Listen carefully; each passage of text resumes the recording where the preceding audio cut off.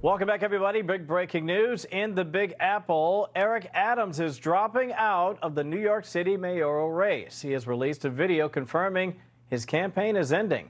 We are turning you, we're going to get a lot more. We're going to get more information on that. We just want to say this. Adams apparently went on to say it's been an honor to be your mayor.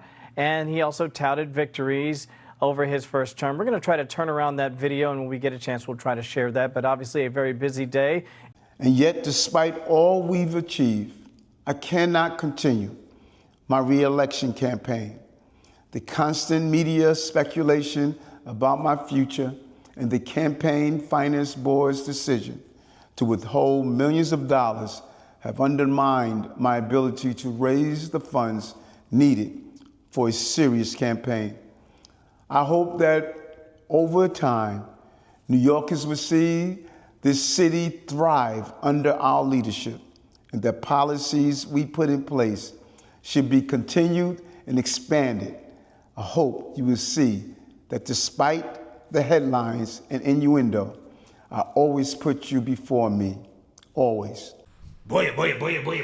So we got to talk about some pretty big news out of New York City involving the mayor's race that it looks like, as of this point, Zohran Mamdani, the socialist, is destined to win. However, Eric Adams, the current mayor of New York City, has thrown a wrench in those plans because he has decided to drop out. Now, this move comes as a little bit of a surprise because Eric Adams, when rumors first came out that he was looking to drop out of the NYC mayor's race, he denied that he was actually going to drop out, right? There was rumors, speculation that he would drop out in order to take a job with the Trump administration. He didn't drop out. He stayed in the race, but now he has decided to drop out. Now, this is a big deal, again, specifically for Zohran Mamdani, because that means that Eric Adams' votes are probably going to go towards Andrew Cuomo, okay? The former New York governor who is now disgraced. He's running in the race for New York City mayor. And you know that this is a big deal because Zohran Mamdani, when rumors first came out about Eric Adams dropping out, remember, this guy was losing his mind, right? He was fuming over the possibility of Eric Adams dropping out. Take a look. Hey, Jillian. Well, Mayor Eric Adams is reiterating today that he's not dropping out of the mayoral race, but for the first time, Adams is acknowledging reports that he's in conversations with the White House about dropping out in exchange for a position in the Trump administration. In a statement, Mayor Adams says, quote, "While I will always listen if called to serve our country, no formal offers have been made. I am still running for re-election, and my full focus is on the safety and quality of life of every New Yorker." The mayor reportedly is in talks with the White House about becoming the U.S. ambassador to Saudi Arabia. Trump advisors have also reportedly discussed offering a job to Republican nominee Curtis Sliwa. Both Sliwa and Adams are polling way behind Democratic Socialist Zohran Mamdani. President Trump says defeating Mamdani is possible if candidates drop out, and he reportedly believes former Governor Andrew Cuomo should stay in.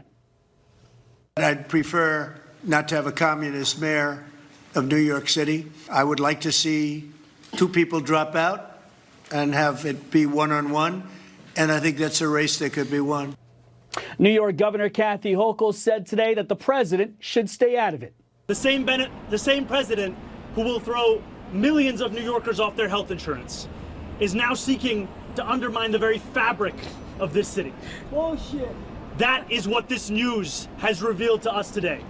And that is what this campaign is fighting. Not simply any other candidate that will be on the ballot, but the notion that New York City is for sale. We know that this city will decide its own future, and we know that it is New Yorkers that we will turn to make that decision in November, not the White House in Washington, D.C. I am angry. I'm angry because so often we think of this solely in terms of the dynamics of politics. But the reason that so many New Yorkers are fed up with politics as they know it is because of news like this. Backroom deals, corrupt agreements, all of which serve to increase the sense of disaffection and despair as it pertains to how people feel about politics across this country. And to know that having defeated Andrew Cuomo by 13 points, having won the votes of close to 600,000 New Yorkers has only been understood by that former government as an invitation to collaborate with Donald Trump. It showcases why New Yorkers are so eager to turn the page on this kind of politics. All right, y'all, quick break from the show because this is important. Look, we talk a lot here about standing up for yourself, not letting big corporations, the government, or anybody else push you around. But what happens when real life hits, car accidents, workplace injuries, medical mistakes, and suddenly you're the little guy going up against a massive insurance company? Well, that's where Morgan & Morgan comes in. There's a reason reporters never run out of breaking news. Just like there's a reason Morgan & Morgan is America's largest injury law firm. They've recovered over $25 billion for 500,000 clients with more than 1,000 lawyers nationwide, and they're built on one simple idea. For the people. That means when you're hurt, you don't pay them a dime up front. They only get paid if you win. And trust me, these big companies have teams of big lawyers working against you. You need somebody just as powerful fighting for you. When you hire Morgan & Morgan, it's like hiring a legal army that has your back. If you're injured because of somebody else's negligence, you deserve to be paid. So if you've been hurt in an accident, at work, or anywhere in between, don't roll the dice alone. You can check out Morgan & Morgan. Their fee is free unless they win. You can start your claim now by clicking the link in the description or by scanning the QR code on screen from your phone's camera. Because at the end of the day, protecting yourself and your family isn't just common sense. It's conservative values in action. Yeah. So you've seen that, you heard that. Let's go ahead and get into some of the coverage here of Eric Adams dropping out. And then we're going to play a clip of Zoran reacting to the news that Eric Adams did, in fact, drop out today. So without further ado, let's go ahead and get into this. Eric Adams is dropping out of the race for New York City mayor. The election coming up this November. Let's go right to Laura Barron-Lopez, MSNBC White House correspondent, to talk about what we're hearing. It was just reported, we believe, first by the New York Post, but it was something that he just posted on social media. What are the details? So it looks like after a lot of weeks of back and forth, Alex, Eric Adams has finally decided that he's going to be dropping out of this race. And even though he had bad poll numbers, he was for a while there saying that he was going to stick in it, that he was going to see this through to the end, even though there was back and forth also with the White House and with President Trump. And now ultimately he has decided to pull the plug here. After pressure from President Trump, who wanted to see this happen because of the fact that they did not want Zoran Mamdani to end up in the mayor's office. So practically speaking, what does this mean for the race? Where is it believed, presumed, that his votes will go? Well, that's the thing. I mean, the White House believes that him dropping out improves the chances of another candidate beating Zoran Mamdani, and so that's why they wanted to being Andrew Cuomo. Is that who they believe it'll be Andrew Cuomo that will, siphon off the majority of his votes? That's someone that they would certainly be happier with ending up in the mayor's office, Alex. And that's potentially who the votes could go to because of the fact that Eric Adams and Cuomo are more in the same mold of moderate Democrats than Zoran Mamdani, who's a self-described Democratic socialist. But the White House was even potentially talking to Eric Adams also about ambassadorships. Mm-hmm. It doesn't appear as though he landed one of those. It's hard to say at this point, but even an ambassadorship to Saudi Arabia at one point was in the mix here. Yeah, so you seen that, you heard that. Now, Curtis Sliwa is still in the race. Okay, so it is now Zoran Mamdani, Cuomo, and Curtis Sliwa. Now, I want to go ahead and play a video of Zoran Mamdani reacting to the news today. What do you think the impact of his dropping out will have on your electoral prospects? I think it's very much the same race. We have seen over the course of this race, especially in the final weeks and months of the primary, that Andrew Cuomo wanted nothing more than a one-on-one fight with me. And we gave him exactly that, and then we beat him by 13 points. And we continue to be just as confident. And yet what separates us from these other candidates is that we're not focused on them. We're focused on New Yorkers. New Yorkers deserve leadership that is thinking about how to benefit the people of the city. And too often politicians, be it Andrew Cuomo or Eric Adams, the meetings that they have or the phone calls with someone like Donald Trump, they're only speaking about themselves. It's time to actually think about New Yorkers. So in the New York City mayoral race, the Republican nominee who's still in the race, Curtis Sliwa, says at least 7 wealthy individuals have offered him money to end his campaign. He says he's going to stay in the race. If you can talk about that, who you think these 7 wealthy individuals are, and are they the same people who are funding ads to the tune of millions of dollars against you? Well, I can tell you there's no shortage of Trump donors who are seeking to influence this election, who are looking to spend more money than I would even tax them to try and stop our campaign. And at the same time, of Eric Adams, Andrew Cuomo, and Curtis Sliwa is the one that I would trust the most. And I do think it is very real that there are many who are threatened by our campaign and our politics of putting working people at the heart of this city's focus and are trying to do everything in their power. And we've seen that with Donald Trump being on the phone with Andrew Cuomo, trying to do everything in his power to ensure that they stop this movement. And the sad news for them is that they won't be able to. Is this going to change your strategy in any way, where you now, it's gone from a 4-person race to a 3-person race? But of course, people are saying that with Eric Adams out of the race, it's much closer to a 2-person race, you and your leading opponent, Andrew Cuomo. We will have the same focus as we've always had on working class New Yorkers, their struggle to afford this city, and also to be very clear with New Yorkers that the reason that Donald Trump is seeking to clear the lane for Andrew Cuomo is because he knows that Andrew Cuomo will clear their lane for Donald Trump's agenda. There is a reality to the fact that it takes 2 to tango, and these are the 2 people that are so often on New Yorkers' minds as an example of the politics we have to leave in the past. Yeah, so you see that, you heard that. Okay, as you can see here, even with Eric Adams out of the race, you still have Mamdani up 14 to 16 points. Okay, with Curtis Sliwa getting 17 to 18% of the vote, and Cuomo getting 30-ish% of the vote. Okay, so the reality here is that you probably are going to need Cuomo or Curtis Sliwa to drop out in order for there to be a real chance of Mamdani being defeated. Now, again, we don't know if that's going to happen because Curtis Sliwa has basically said that he's staying in the race as the Republican. But, again, we really don't know, right?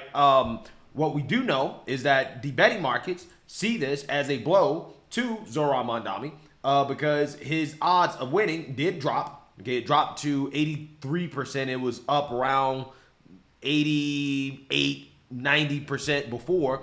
Now his odds have dropped after Eric Adams dropped out of the race. So let's learn a little bit more about what recent polls have said about what happens if there's a one-on-one matchup between Mamdani and Cuomo, which is what a lot of people believe gives the best opportunity to defeat Mamdani. So let's go ahead and get into this.